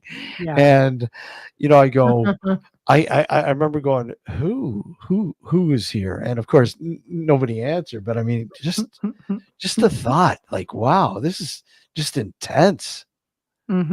You know, that feeling. Mhm. I wasn't there to investigate. I mean, I didn't know anything about investigating the paranormal. You just knew No, things that would scare you. but that's when the best stuff happens, Exactly. Right? right? See, Alex, you're doing it all wrong. You Yeah. get in there with expectations. I don't have any expectation. That's the problem. Oh, it's like, I go in there not expecting anything 'cause based on experience. yeah. Majority of the time, 9 times out of 10, when I go out on an investigation, nothing happens. Right? So I don't go So in with you're any like a expectation. ghost repellent. That's what we call them, the ghost deterror. Oh, The ghost deterror. I'm telling you, wow. I've tried to sell my services to people who have hauntings, saying if you want it to stop, just call me. You I'll want come them out. cleared out? That's it. You'll be haunt free. That's actually pretty funny. Yeah. No, I think it's some places where you least expect it. That's where you tend to get the really great experiences. Like when I'm off guard, I have great things that can happen. It's just I think if I go in there and you're investigating and you're waiting, not that things haven't happened, but I've had more stuff happen to me off the cuff, just randomly, than if I'm on guard, on cue, ready to go, expecting it, got everything going. And I've had better stuff happen with recordings when I'm just talking to the family and somebody's wanting to be heard and jumps in, and you listen to the recording afterwards while you're having a conversation and you're hearing things come through. Or if I just drop recorders and walk away and completely ignore them and you go back and recheck them, it's like, holy crap, there's something on this recording. That's pretty freaking Yeah. amazing. Yeah. I've been luckier with things like that than I have been with actually trying to get dialogue going. Like just one-on-one trying to get something coming through. Yeah. I mean, again, it kind of harkens back to just going into those places that many people just won't go into or are afraid to, and Mhm. without expectations. I mean, other than okay, this place is creepy, and that's it. Mhm. I'm not expecting a ghost to fly by me or anything like that. You never know, right? Just hit you with the sheet. Yeah, I know. Yeah, right. Yeah. Yeah, But for sure. and then and that just that odd little moment have it might be the smallest little thing, but it's not Yes. right. It's not normal. This is Yes. just okay. What just happened? Right. It's like at times it's like kind of like a glitch Yes. in time. It's like what was that? That's a thing. You know? But there's all kinds of crazy things that happen like that. Glitches in Yeah. time, and you could take this show into so many different directions. And that's the beauty of it. That's the beauty of it. Yeah, yeah. We're going to be continuing on your show. You will. It might be a little bit repetitive on some stuff, but there's still, I probably want to talk more about also, to talk about just what some of the craziest things at some investigations. Like I'll share one with you, like I've had, just not necessarily, sometimes it could be whatever after you leave, or some of the craziest things that even homeowners have shared with you. One of these things was a story that I did tell, I think, when we were doing that last show, because it might have pertained, and it showed a real connection between, cryptids, UFOs, and the paranormal. It was because her adult son, this family, so we went away. Yep. And my son was at the house watching the dog, Mm-hmm. and they, he was there with his girlfriend, and she didn't feel very comfortable. She left. She goes, something just doesn't feel right. Anyways, like, oh, I'm here watching the dog. So he takes the dog out to do his business. Dog wasn't having it. Just was not having it. It's like, nope, I'm not doing this right now.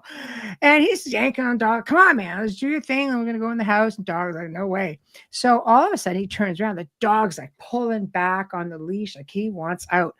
And he turns around and looks back. And there's this tall being.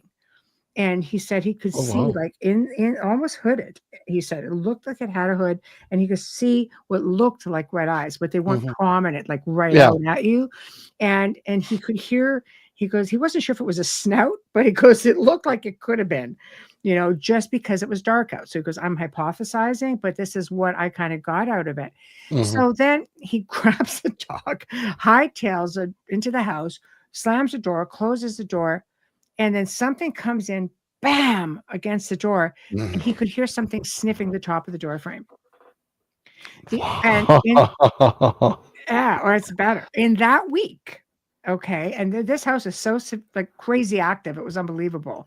So I think it might have been the area, but in that week, a location about 5 kilometers away reported they had workers doing work on site, and the workers who were working on the barn area left stating that they saw grays in the barn. And that week, they had sightings of a craft, and the police station was getting calls. To back up, the sightings. So I thought, holy crap, that's a whole melee of a lot of things that may or may not have had anything to do with the area, or the haunting, or whatever the case may be. But it definitely was interesting to hear all of these different components, all within one area, all within 1 week. I know. I remember years ago, when this is probably like when I first formed Southern Ontario Paranormal Society, and I think it was probably one of the first handful of investigations we ever did. And I remember it was a house that backed a cemetery in Waterdown. Yeah. I know. Yeah. Yeah. Well, I mean, I was in Aldershot, so I did everything in Waterdown. So Yeah. So I remember they're telling me that, the thing was they were experiencing a lot of strangeness in their basement. And I'm like, well, what kind of strangeness? It's just these shadows. I go, I'm automatically thinking, okay, shadows. I mean, what do you mean by shadows? Well, I'll go down into my basement and, I'll be doing my laundry or whatever. And these shadows literally just walk right by me. And I'm like, what do you mean they just walk right by you? Are you sure you're not casting the shadows? It's not you? No, absolutely not, because I'll be standing still and they're moving. Crazy. And I'm like, okay, how much am I going to buy into this?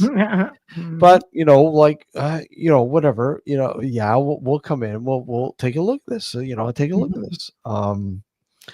And I remember, Michelle, I remember being in this basement, and, I had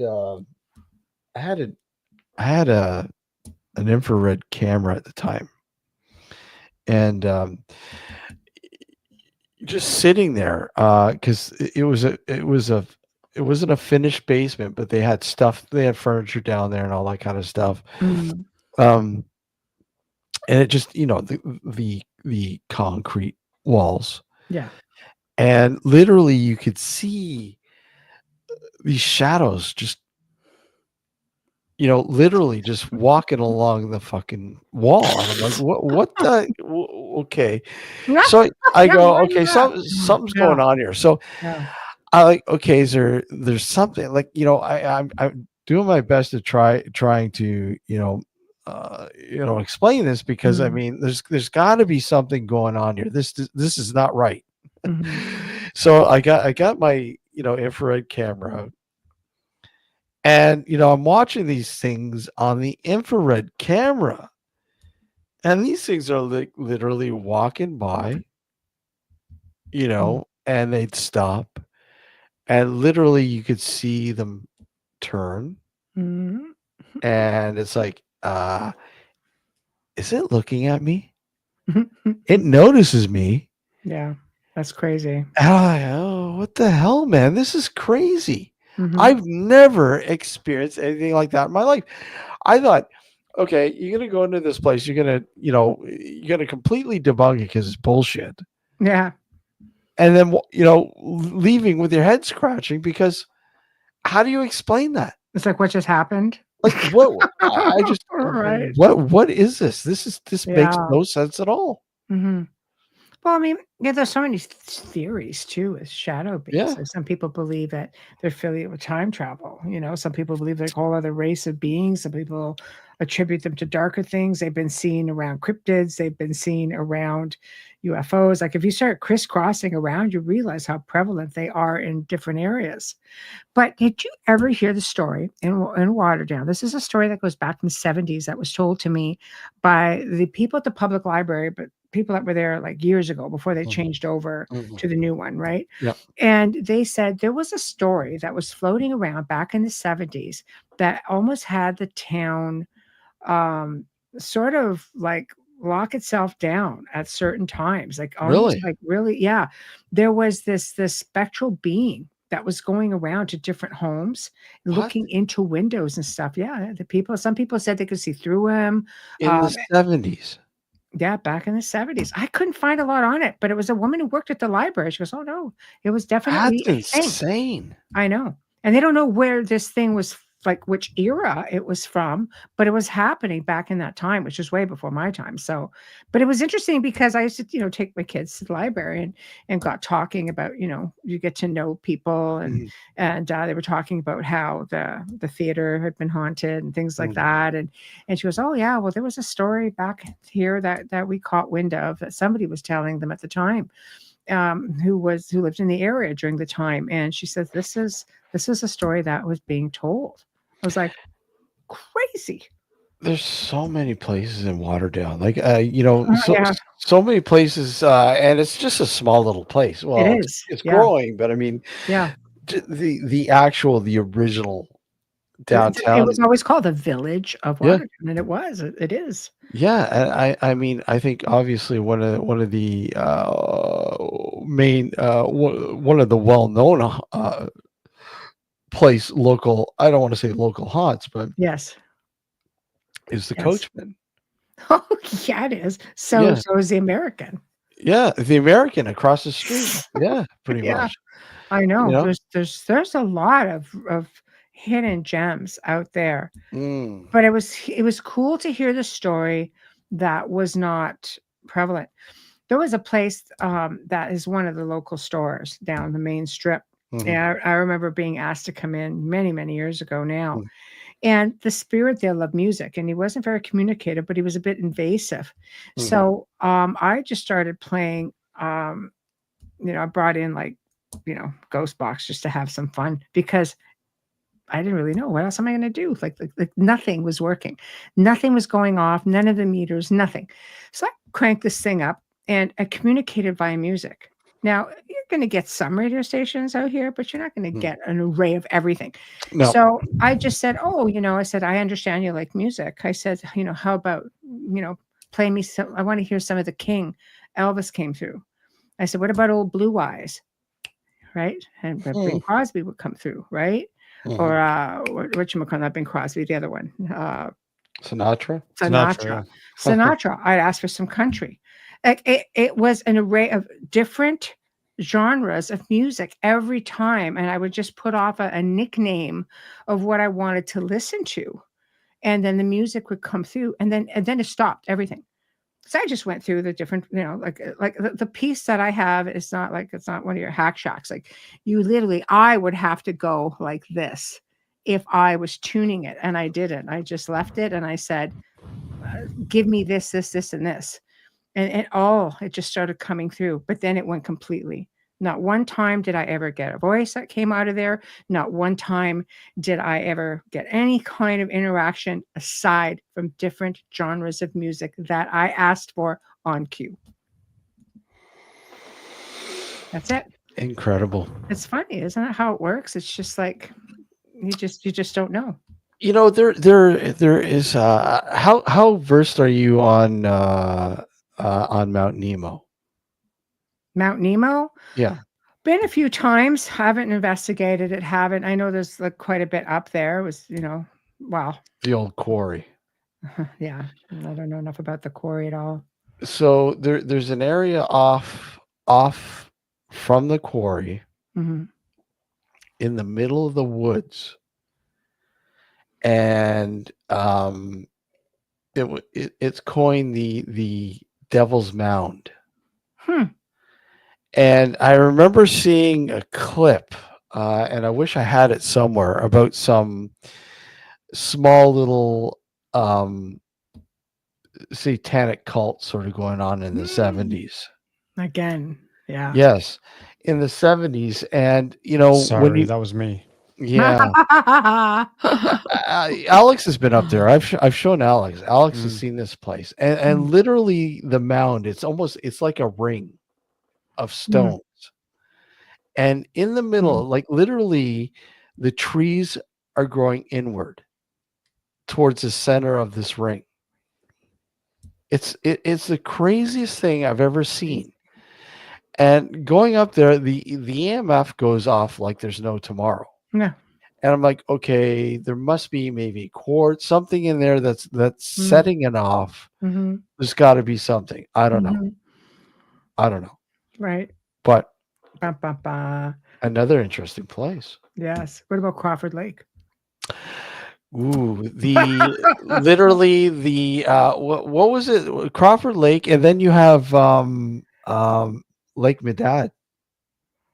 Well, I don't know much Lake about Medad, the bottomless lake over by the golf course there, off of is it Brant? Cedar Spring? that place up there. No, Yeah, Guelph Line. So Guelph Guelph Line. Line. Yeah. So much up Guelph Line. But the That- Crawford Lake, that's like the horses in the water that you can see. Yeah. Like That's that went through the insane. ice and you could see them perfect, and the water's so cold that Yeah. you could perfectly see them still. And this happened in the 1800s. Yeah, That exactly. doesn't make your skin crawl right there. Well, yeah, of course it Horses does. intact with a wagon. Yeah. Isn't that crazy? Get me started. Yeah. Yeah. I love that. But I love that stuff. See, it goes back to the history. That's what I mean. Yeah. It goes back to the history, and that's Yeah. what's always intrigued me about Yes. this area. Like when you go Yes. up and you look at these small little places, Mm-hmm. and you go, "Wow, this is crazy, I know. It's crazy. insane." Wonderful places. People think that you have to travel far and wide No, to go to these places. You know, I've been in the most haunted freaking forest in the world, and I've had some pretty damn excited things happen in my backyard. You don't really have to go that far, but it's exciting. It's a whole other feel, you know. It's a whole It other is. feel. you So, know, and I don't know. I've like I said, and it was when I moved out here. It literally, because I had been kind of investigating but researching the paranormal for years before coming here. mhm.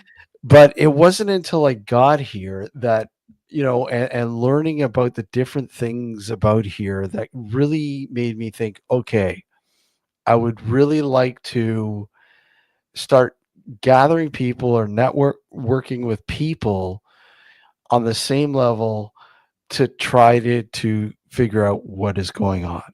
Mhm. And that's when I formed, SOFs. But Yeah. it's and it's just amazing how things, kind of ballooned from there. But yeah, absolutely, Michelle. There's just something about this place that Yeah. makes you go, wow, okay.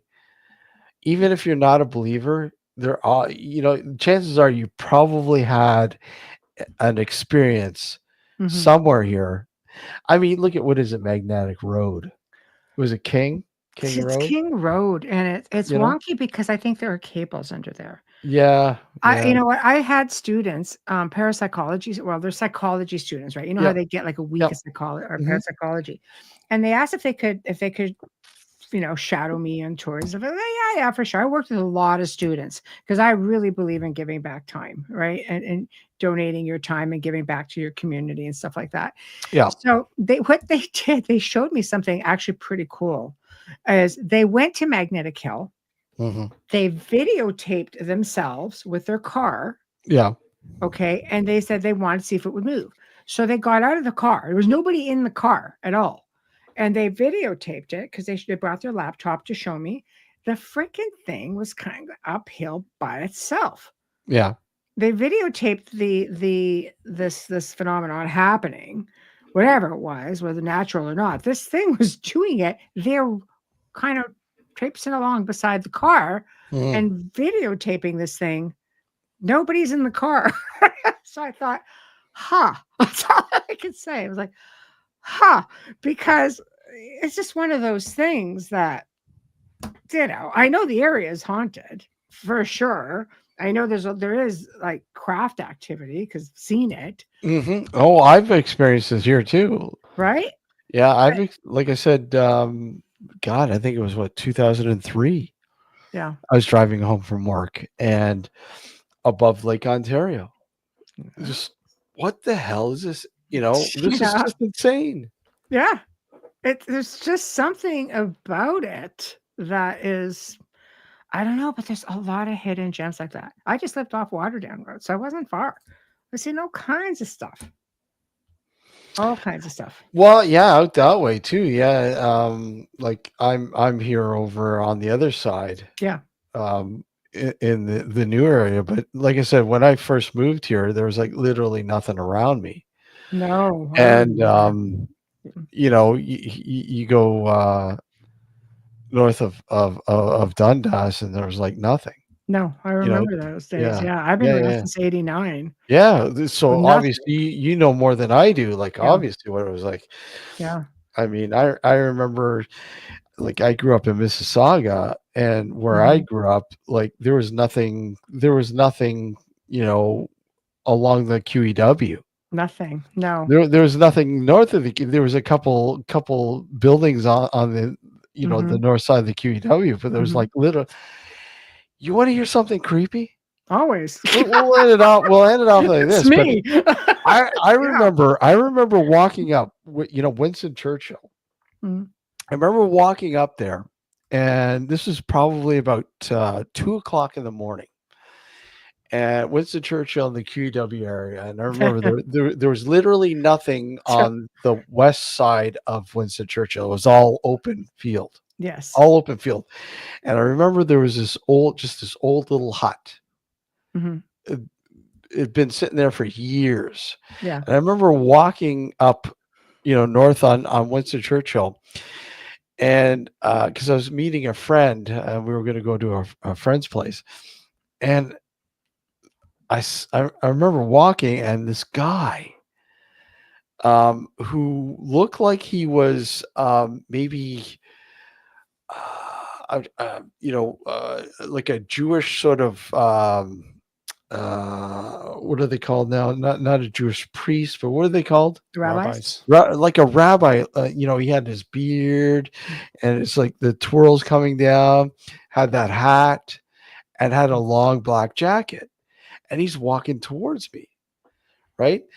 And I'm just, this is kind of weird. What the hell is this guy just walking? Whatever. Mhm. And he walks by me. Nothing. I turn around. He crosses the road and walks over to the hut and completely disappears. Nice. I'm like, what the hell? Yeah. Those 'Cause, are like like, that literally, WTF moment. like, That's like really cool. This hut's Yeah. not big. I mean, where'd he Right. go? Like, he didn't go in the hut. He just walked around it and was gone. It was gone. See, that's cool.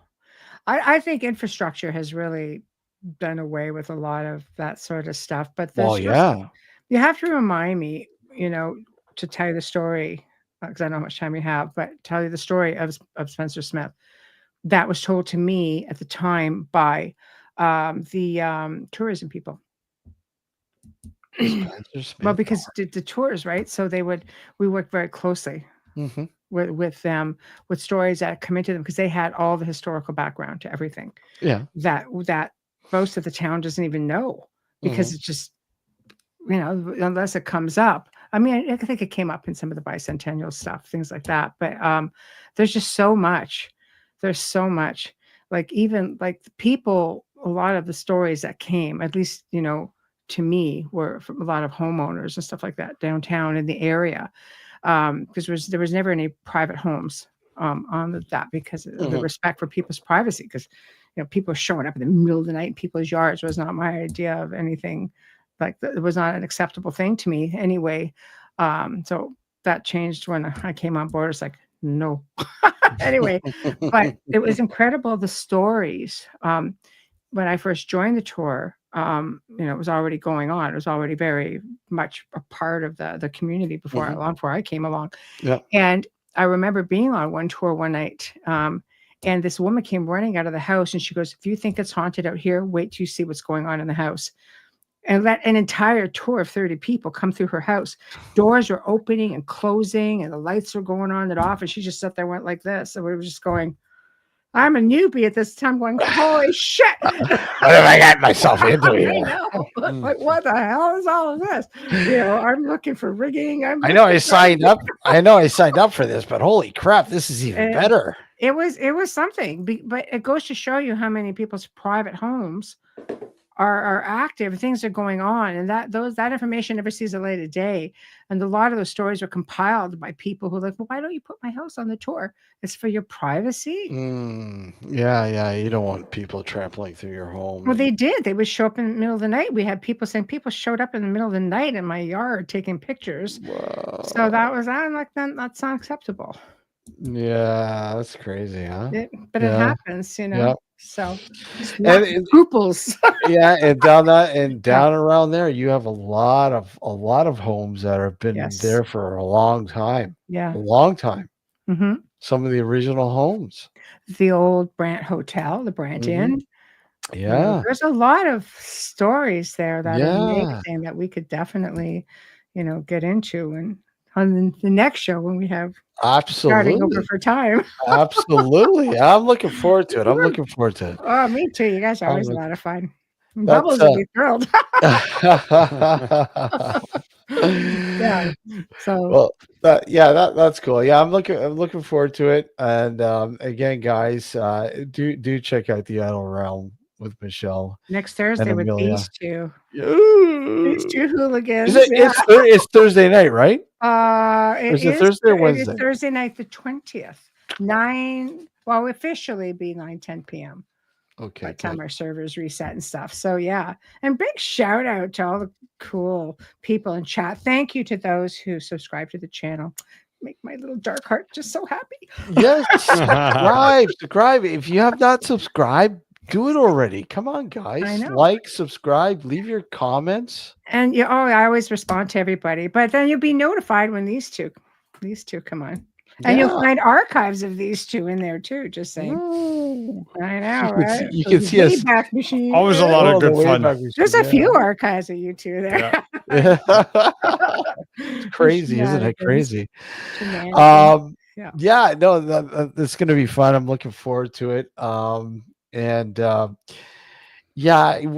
think this year we're going to kind of do something in terms, probably in October, hopefully in October, Alex, I think, to kind of gather the masses and have a little gathering. Yes, I think this year we need to do it. And but yeah, until then, more will be coming out soon. Michelle, thank you. Always a blast having you on. Always fun talking with you. Thank you. You're always welcome here. You know that. You both you and Amelia. Thank you. Ditto. You guys always have an open door policy, as you know. Absolutely. And again, we look forward to joining you on Thursday. This Thursday, guys. Thursday night. This Thursday night, guys, over on the Outer Realm. Be there. Be there. And don't forget don't forget to bring your burritos either. That's right. And your cups. And your cups, yeah, exactly. Yeah. Not one of these. Yeah. There we go. All right, guys. Thanks, guys. Take care, everyone in chat. Thanks for popping in. Good to see you all, and we'll see you next Sunday night. And until then. All right. Good night, all. Bye. Have a good night. Bye. Bye.